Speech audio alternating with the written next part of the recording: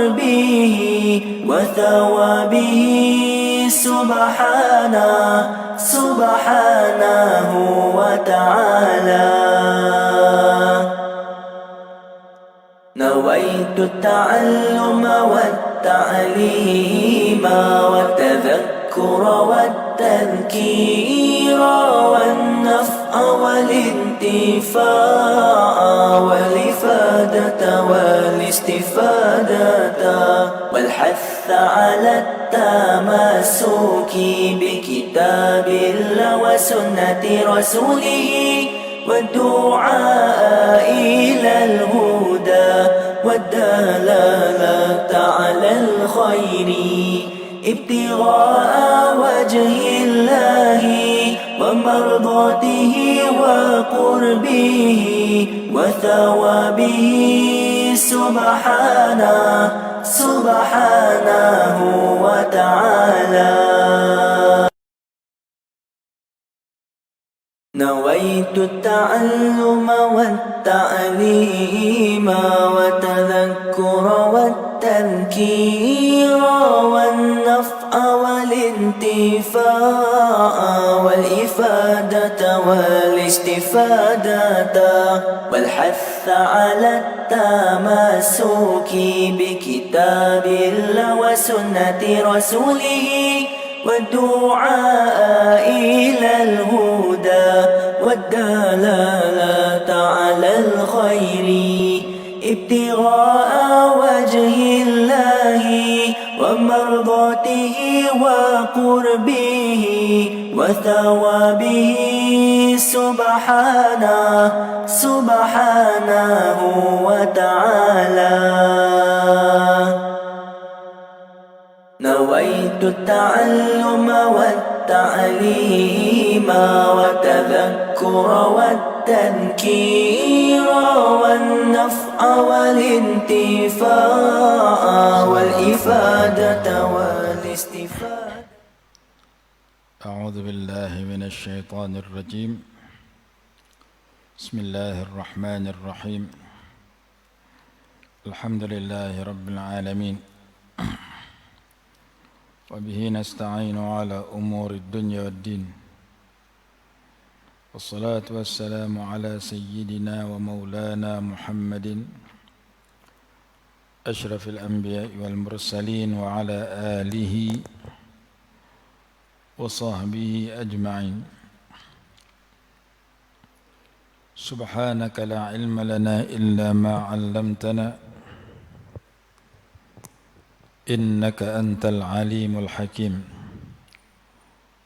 رب اشرح لي صدري ويسر لي أمري واحلل عقدة من لساني يفقه قولي ولا حول ولا قوة إلا بالله العلي العظيم. أما بعد، قال الله سبحانه وتعالى: فأما الذين آمنوا بالله واعتصموا به فسيدخلهم في رحمة منه وفضل ويهديهم إليه صراطا مستقيما. Ayat 175 surah An-Nisa. Kemarin kita dah bicarakan tentang kelebihan beriman dengan Allah dan berpegang teguh dengan ajaran Allah Subhanahu wa taala. Apabila seseorang itu berpegang dengan Allah Subhanahu wa taala, segala yang Allah datangkan itu sudah tentu ada hikmah di sebalik yang ia ciptakan dan ia datangkan. وما خلقنا السماوات والأرض وما بينهما لاعبين. Dan tidak kami ciptakan seluruh langit dan bumi dan sesuatu di antara langit dan bumi itu secara main-main, secara sia-sia. Allah jadikan langit, bumi dan makhluk, serta Allah jadikan peraturan tidak berlaku secara sia-sia. Kesemuanya ada hikmah di sebalik penciptaan itu. Hikmah di sebalik penciptaan manusia agar kita beribadah. Wa ma khalaqtul jinna wal insa illa liya'budun. Dan tidak aku ciptakan jin dan manusia melainkan supaya mereka menyembah aku, supaya mereka beribadah kepada aku, supaya melainkan hikmahnya supaya mereka mengabdikan diri, memperhambakan diri kepada aku. Lam itu li bayanil hikmah, kata dalam kitab Al-Kawakibud Durriyah fi syarhil Mutammimatil Ajurumiyah. Jadi setiap ya Allah jadikan itu ada hikmahnya, maka orang yang berpegang dengan Allah Subhanahu wa taala melihat suasana yang ia temui ada hikmahnya. Suasana yang ia temui dalam kehidupan sudah pasti ia selama mana ia datang daripada Allah Subhanahu wa taala, ada hikmah di sebalik itu. Dalam hadis qudsi Allah menyatakan, ana 'inda dhanni 'abdi bi falyadhunna bi khaira atau kama qala. Aku menurut sangkaan hambaku kepada aku, hendaklah ia bersangka baik kepada aku. Dalam riwayat yang lain, falyadhunni ma sya', hendaklah dia bersangka kepada aku dengan sangkaan yang ia kehendaki. Jadi apabila kita menghadapi sesuatu yang kita suka, kita syukur dan kita minta Allah tambah lagi kebaikan yang kita sudah dapat. Kita sudah menjadi orang yang mendapat petunjuk, kita minta tambah lagi, pelihara petunjuk yang sedia ada dan tingkatkan dan tambah petunjuk melalui doa dalam Fatihah, ihdinas siratal mustaqim. Tunjukilah kami jalan yang lurus. Kita sudah berada dalam jalan hidayah, minta tambah lagi.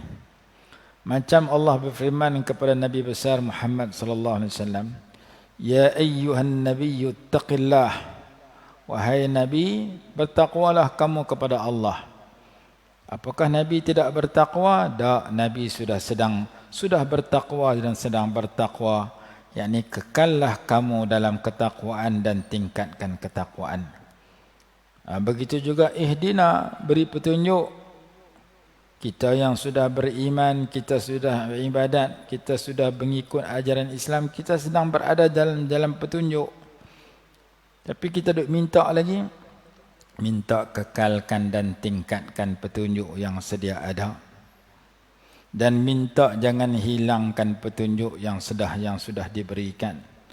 Sesuai dengan doa di dalam surah Ali Imran, Rabbana la tuzigh qulubana ba'da idh hadaitana wa hab lana min ladunka rahmah innaka antal wahhab. Ya Allah, ya Tuhan kami, jangan Engkau selewengkan hati kami setelah Engkau memberi petunjuk kepada kami. Setelah Engkau bagi petunjuk, jangan Engkau rosakkan perjalanan hidup kami dengan perkara yang bercanggah dengan petunjuk. Kekalkan kami dalam petunjuk. Rabbana la tuzigh qulubana ba'da idh hadaitana wa hab lana min ladunka rahmah, dan kurniakan kepada kami dari sisi Engkau akan rahmat.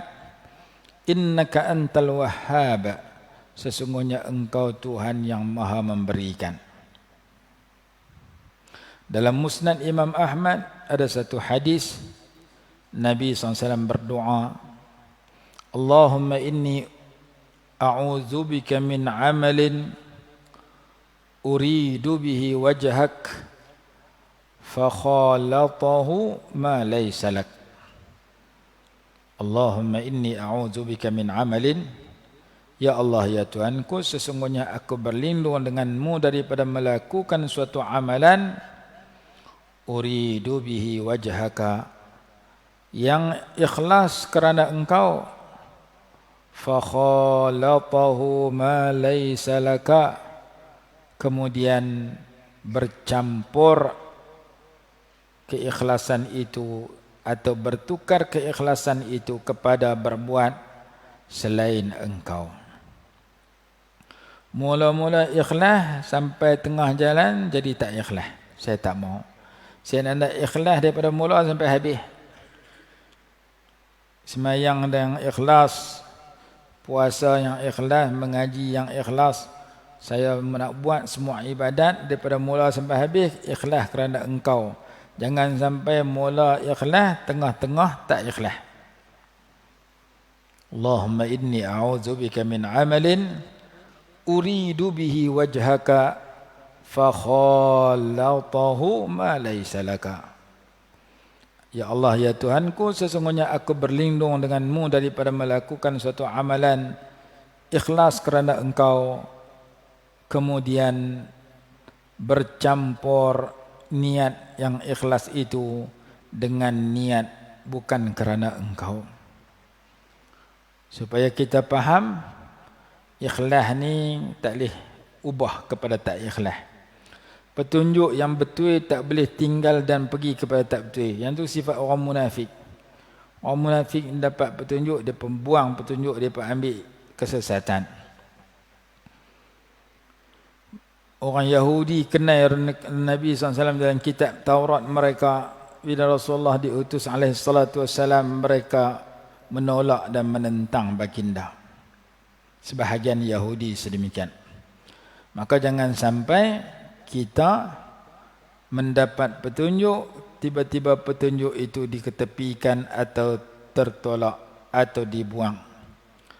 Maka dalam Fatihah kita doa hari-hari, beri petunjuk kepada kami, yakni kekalkan kami dalam petunjuk yang sedia ada dan tingkatkan petunjuk kepada kami melalui ihdinas siratal mustaqim. Apabila orang duduk dalam petunjuk, mendapat petunjuk Allah, maka suasana yang dia hadapi, suasana kebaikan yang dia dapat menjadikan dia bersyukur dan minta Allah tambah lagi kebaikan itu. Dan syukur itu sedang mengundang kebaikan yang bertambah. La in syakartum la azidannakum wa la in kafartum inna azabi la syadid.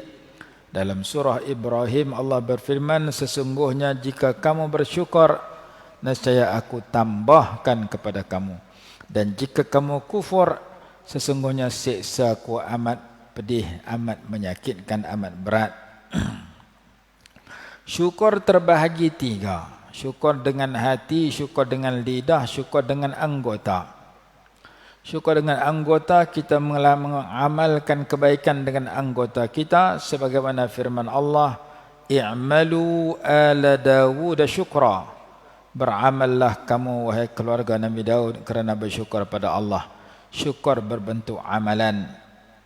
Syukur berbentuk lidah, menggunakan lidah untuk memuji Allah dan bercakap yang baik. Syukur dengan hati. Orang-orang yang bersyukur dengan hati, lidah dan anggota, Allah janji nak tambah lagi kebaikan-kebaikan kepada dia. La in syakartum la azidannakum. Jika kamu bersyukur, aku tambah. Begitu juga sebaliknya. Kalau kita dapat kebaikan, kita syukur dan kita minta Allah tambah dan tingkatkan kebaikan. Sebaliknya, kita menghadapi keburukan, kita sabar, kita berusaha merawat keburukan itu bertukar menjadi baik. Di samping itu kita berdoa supaya keburukan yang kita hadapi ditukar kepada kebaikan.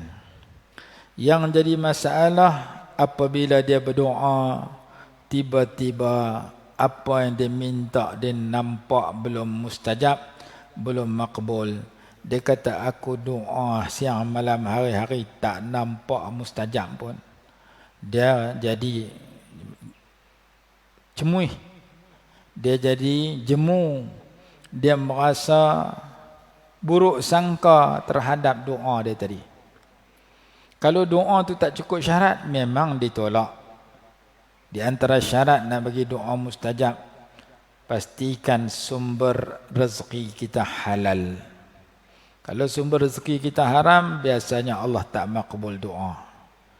Kerana hadis menyatakan, ya Sa'du atib tu'matak tustajab da'watuk atau kama qala.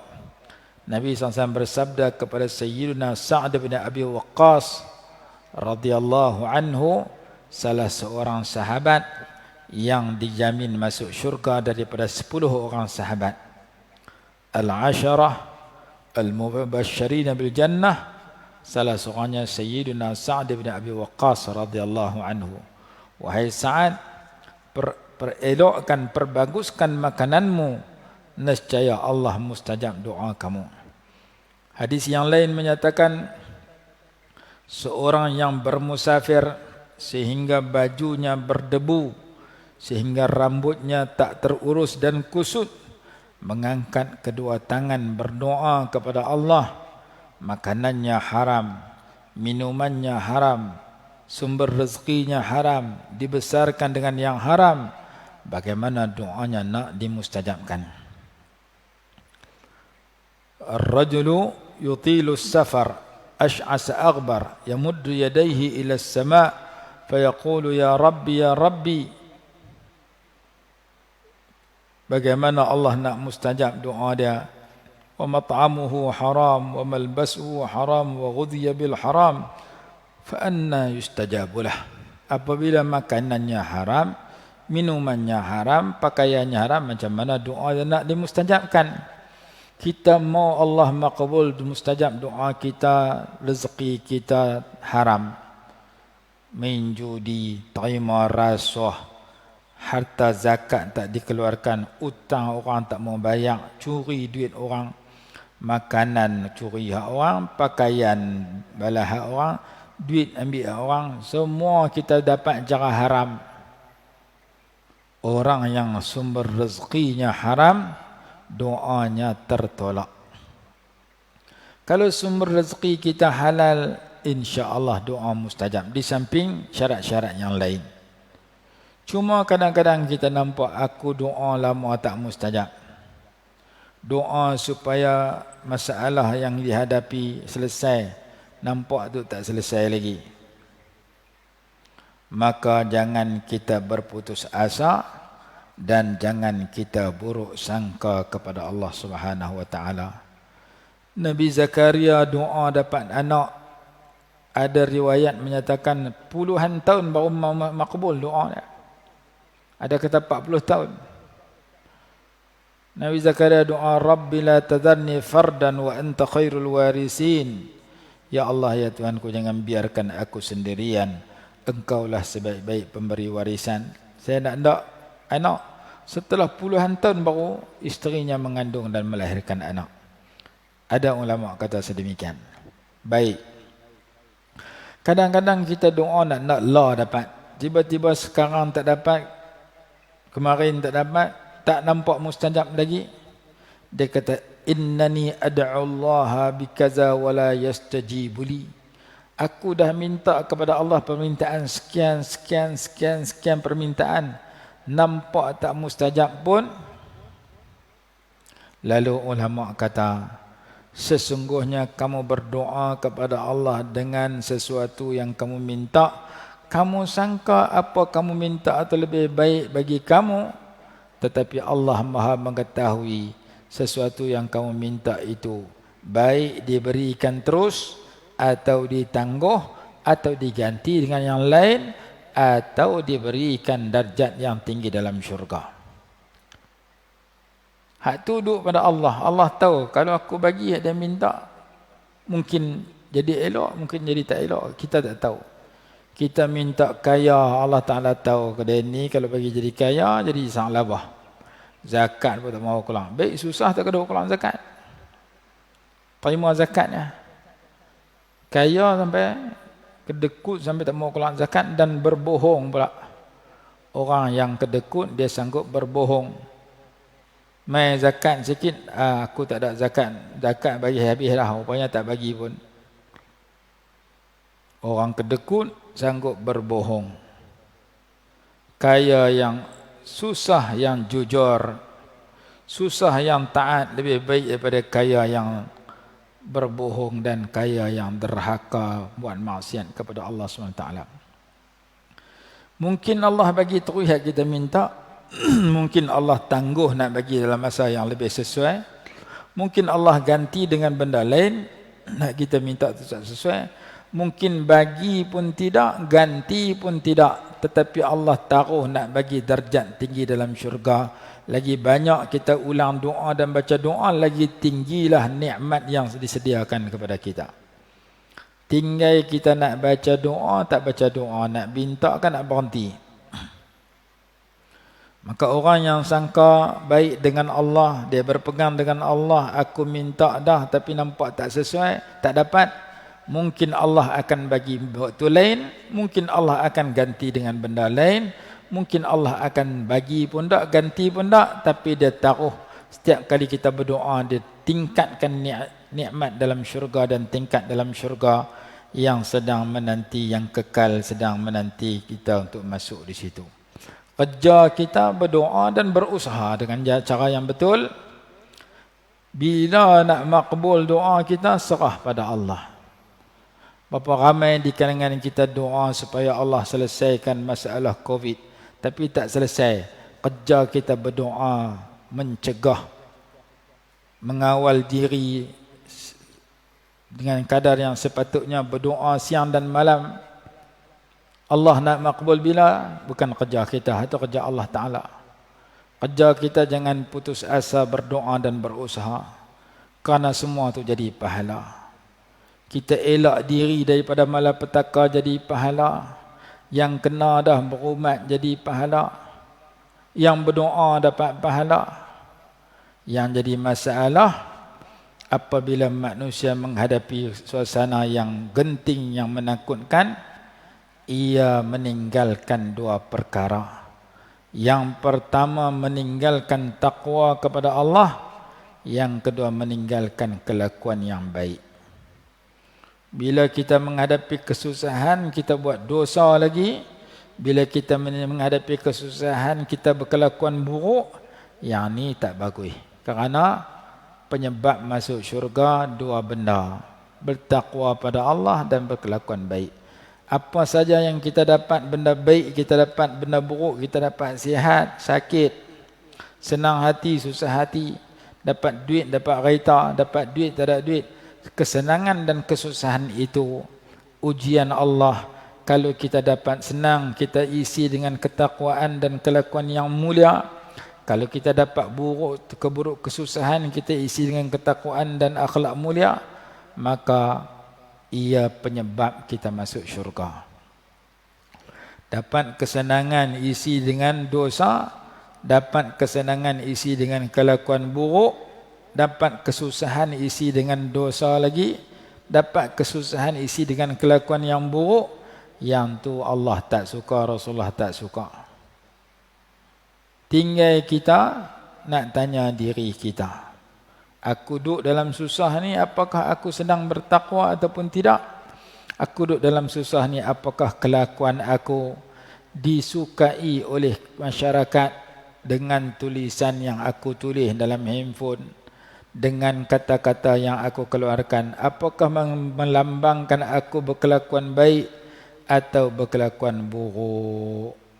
Kerana kelakuan baik dan takwa itu mendatang kebaikan dunia akhirat. Seperti mana hadis kita baca kemarin, waqad su'ila an-nabiy sallallahu alaihi wasallam an aktsari ma yudkhilul jannah an aktsari ma yudkhilun nas al-jannata faqala taqwallahi wa husnul khuluq. Dan sesungguhnya telah ditanya kepada Rasulullah SAW, apakah perkara yang banyak menyebabkan manusia masuk syurga? Baginda menjawab, yang pertama bertakwa kepada Allah, yang kedua berkelakuan baik. Saya dapat sihat, kelakuan saya baik, takwa saya jaga. Saya dapat sakit, kelakuan saya baik, takwa kepada Allah saya jaga, maka sakit ke sihat saya bakal menjadi ahli syurga.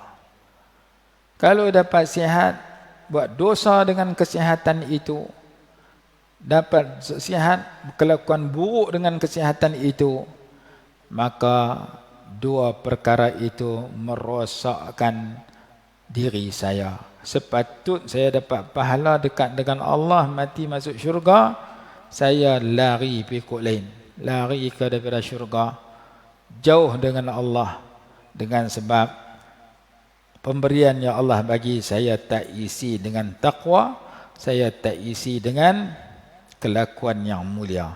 Kita kenal kelakuan kita mulia ataupun hina.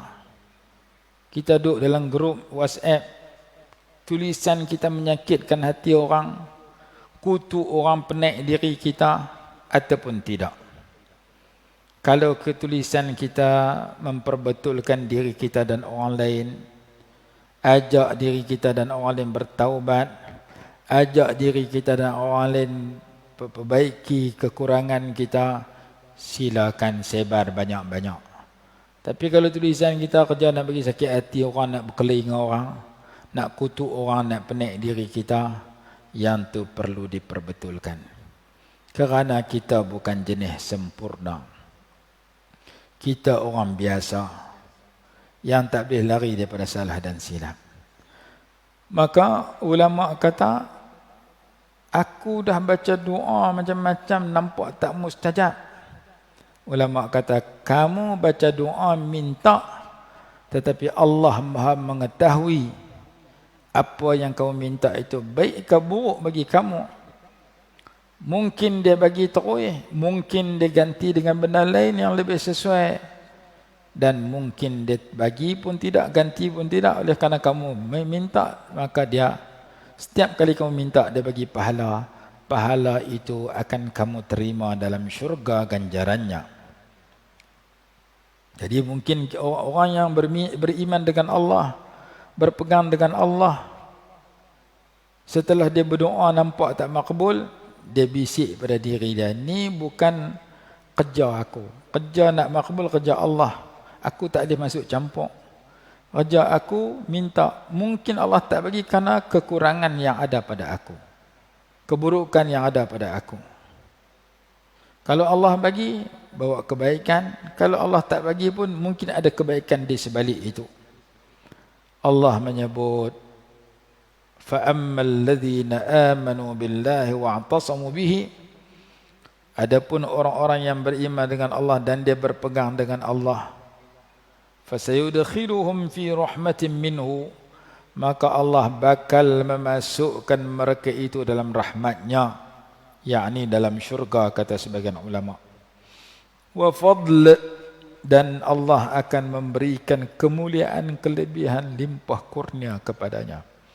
وَيَهْدِيهِمْ إِلَيْهِ صِرَاطًا مُسْتَقِيمًا. Dan Allah memberi petunjuk kepada mereka itu, akan mereka itu kepadanya, kepada jalan yang lurus. Dan hasil daripada petunjuk yang Allah bagi dijelaskan pada ayat 17 surah Muhammad, وَالَّذِينَ اهْتَدَوْا زَادَهُمْ هُدًى وَآتَاهُمْ تَقْوَاهُمْ. Surah Muhammad juzuk 26.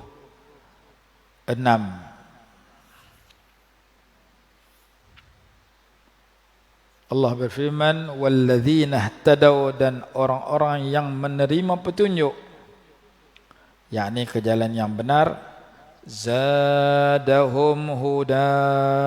Allah menambah mereka dengan hidayah petunjuk.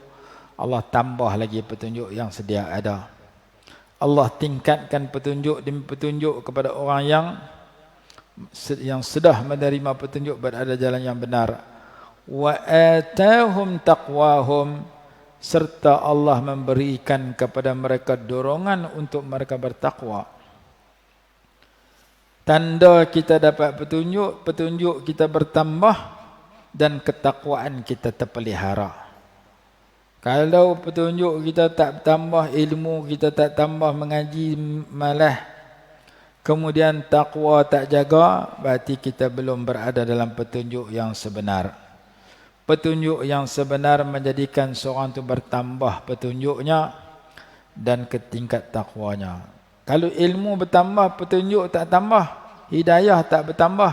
Dalam kitab Bidayatul Hidayah ada hadis berbunyi, man izdada ilman wa lam yazdad hudan lam yazdad minallahi illa bu'dan. Barang siapa ilmunya bertambah, petunjuk tidak bertambah, dia semakin jauh daripada Allah Ta'ala. Jadi ilmu kena tambah, petunjuk kena minta dan tambah. Tambah ilmu saja, hidayah tak ada, petunjuk tak ada, tak jadi.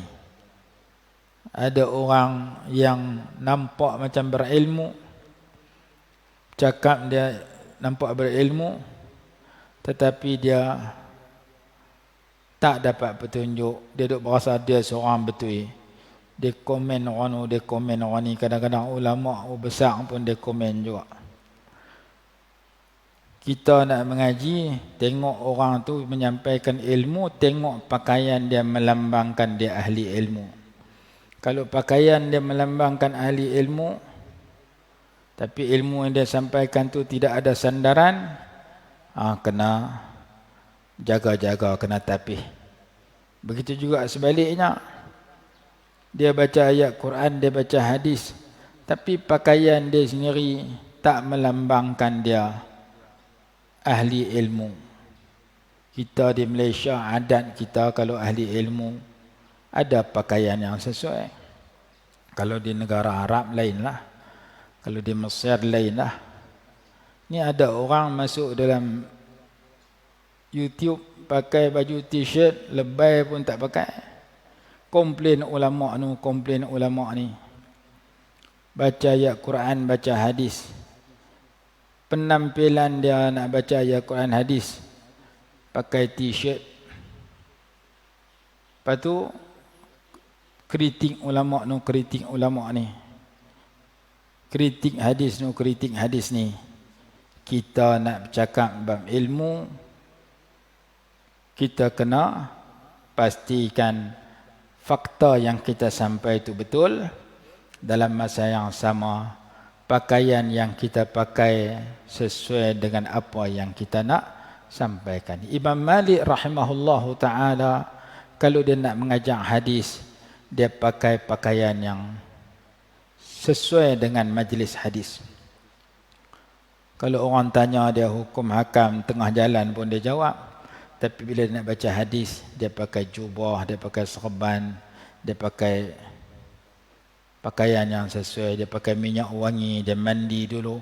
Kerana hormat dia kepada hadis-hadis Nabi SAW. Sehingga kan kitabnya Al-Muwatta, kitab yang berkat.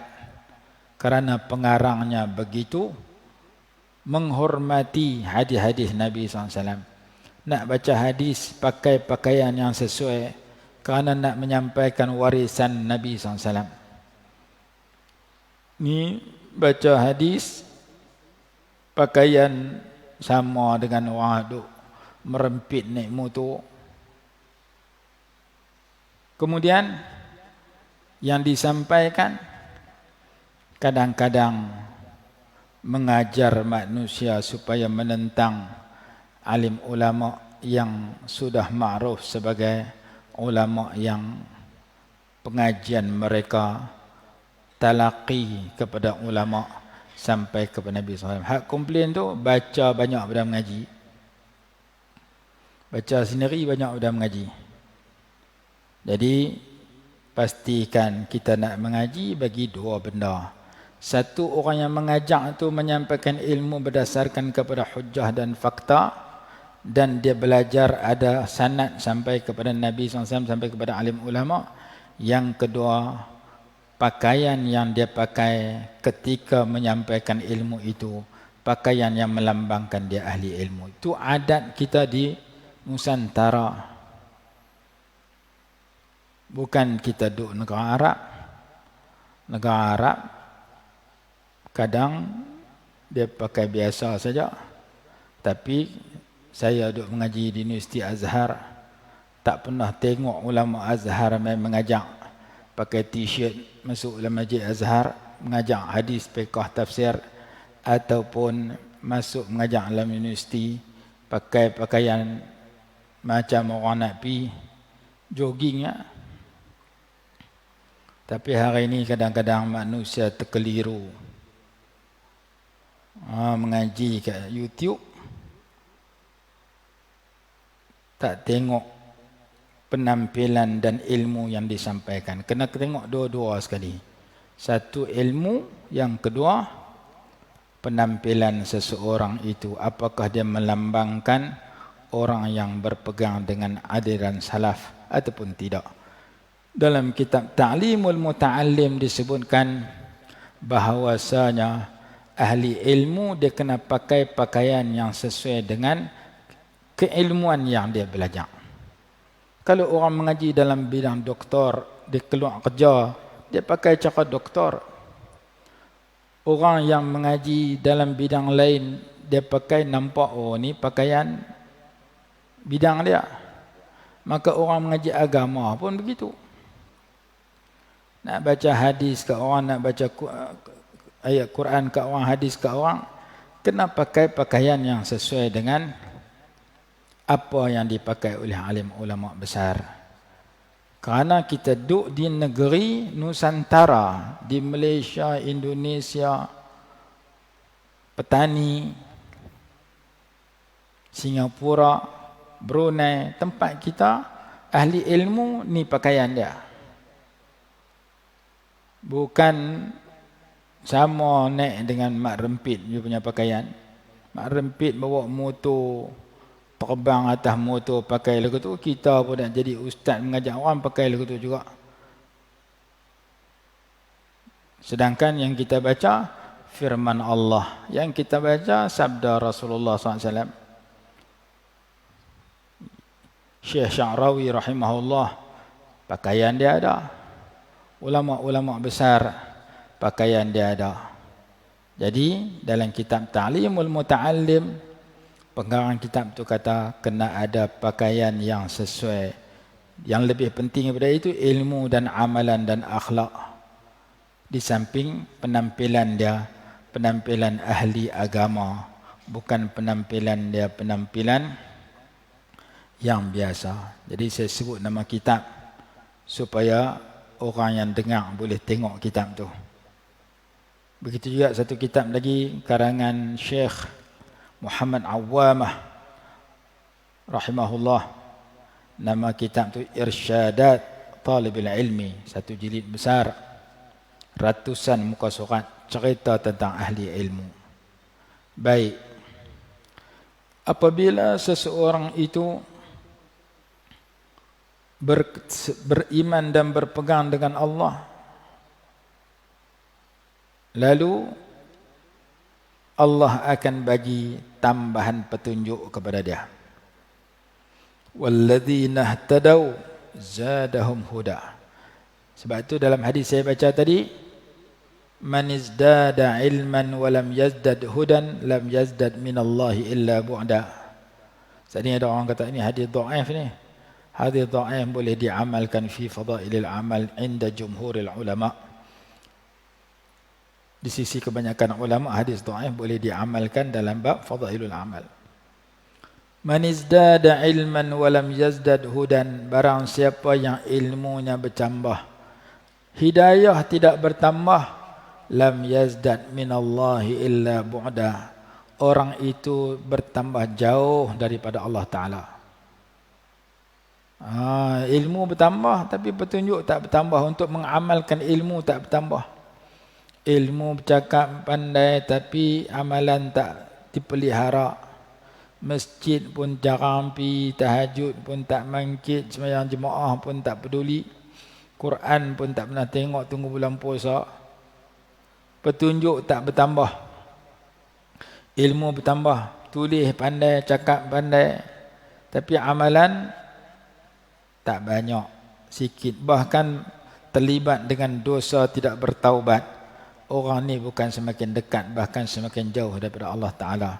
Maka Imam Ghazali karang kitab rahimahullah Bidayatul Hidayah, permulaan petunjuk, permulaan jalan kepada petunjuk. Orang yang nak petunjuk, dia makan macam ni, dia pakai macam ni, dia bercakap macam ni. Adab melihat, adab mendengar, adab makan, adab minum, adab tidur. Dia tidur macam ni. Diajak oleh Imam Ghazali rahimahullah dalam kitab Bidayatul Hidayah, ilmu dan adab. Diajak dalam kitab Bidayatul Hidayah, yang pertama bab ibadat, yang kedua bab muamalat, pergaulan kita dengan orang lain, muamalah kita dengan Allah Ta'ala, muamalah kita dengan guru, muamalah kita dengan jiran, muamalah kita dengan masyarakat. Kemudian dosa-dosa, dosa zahir, dosa batin dan sebagainya. Orang nak duduk dalam keadaan mendapat petunjuk, maka dia belajar di antara kitab yang elok, dia belajar Bidayatul Hidayah, permulaan kepada jalan petunjuk. Itu kata Imam Ghazali rahimahullah. Dalam tu ada hadis yang berbunyi sedemikian. Kalau ilmu bertambah, petunjuk tak bertambah, orang tu semakin jauh pada Allah. Maka kita minta petunjuk siang malam melalui ihdinas siratal mustaqim, melalui Allahumma hdini fi man hadait, melalui rabbighfirli warhamni warzuqni wajburni warfa'ni wahdini, bagi petunjuk kepada saya. Dan orang yang dapat petunjuk, Allah tambah lagi. Orang yang sedia mendapat petunjuk, memelihara petunjuk itu, mengikut jalan petunjuk itu, zadahum huda, pasti Allah tambah petunjuk yang lain. Sebagaimana ayat dalam yang lain, ya ayyuhalladzina amanu taqullah in tattaqullaha yaj'al lakum furqana. Ayat lain kata in tattaqullaha yaj'al lakum furqana. Ayat lain kata wattaqullaha wa yu'allimukumullah. Wattaqullah, bertakwalah kamu kepada Allah, wa yu'allimukumullah, Allah akan bagi ilmu kepada kamu. In tattaqullaha yaj'al lakum furqana, jika kamu bertakwa kepada Allah, Allah jadikan bagi kamu pembeza antara benar dengan salah, pembeza antara orang benar dengan orang salah dan sebagainya. Walladzina ihtadaw zadahum huda wa atahum taqwahum. Dan orang-orang yang mendapat petunjuk, Allah tambah bagi mereka itu petunjuk, dan Allah berikan kepada mereka itu ketakwaan.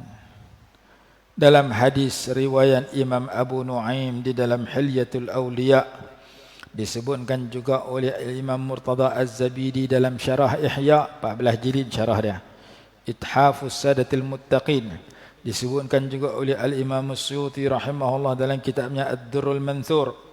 Disebutkan juga oleh Al-Imam Al-Qurtubi dalam kitabnya Tafsir Al-Qurtubi. Imam Syaukani pun adalah sebut dalam kitab dia. Hadis itu berbunyi, man amila bima alima warasahu Allahu ilma ma lam ya'lam. Barang siapa yang beramal dengan ilmu yang telah diketahui, Allah wariskan kepadanya ilmu yang belum dia ketahui. Jadi amalan kita mengundang petunjuk yang ditambah oleh Allah.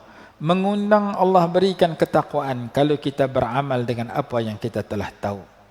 Kita tahu adab makan, kita makan amal ikut yang Rasulullah SAW amal lakukan.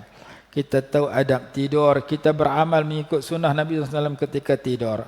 Kita tahu adab berpakaian, kita amal ikut sunnah Nabi SAW ketika berpakaian. Semuanya itu mengundang ilmu yang baru yang Allah bakal ajak kat kita. Kerana Quran kata alladzi 'allama bil qalam 'allamal insana ma lam ya'lam. Allah yang mengajar dengan pen, Allah mengajar, memberi ilmu kepada manusia apa yang belum manusia ketahui. Alladzi 'allama bil qalam, ilmu yang dapat secara usaha, ambil pen tulis. 'Allamal insana ma lam ya'lam, ilmu yang dapat melalui amalan. Allah bagi ilmu yang belum kita ketahui. Itu kata ulama sedemikian.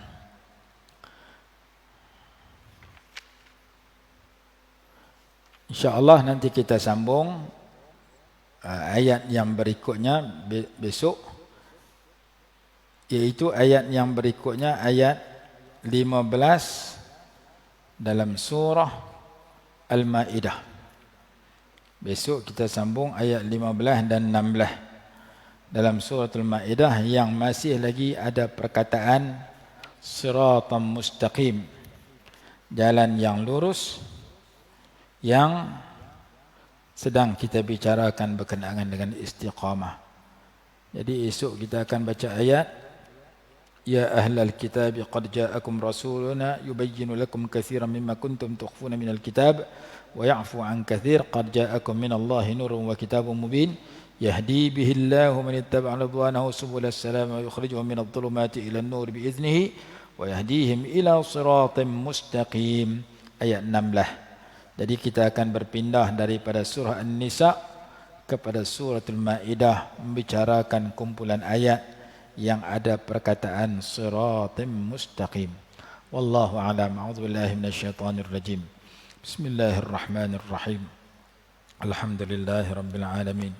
Wassalatu wassalamu ala sayyidina Muhammad wa ala alihi wa sahbihi wasallam. Allahumma anfa'na bima 'allamtana wa 'allimna ma yanfa'una warzuqna 'ilman yanfa'una birahmatika ya arhamar rahimin.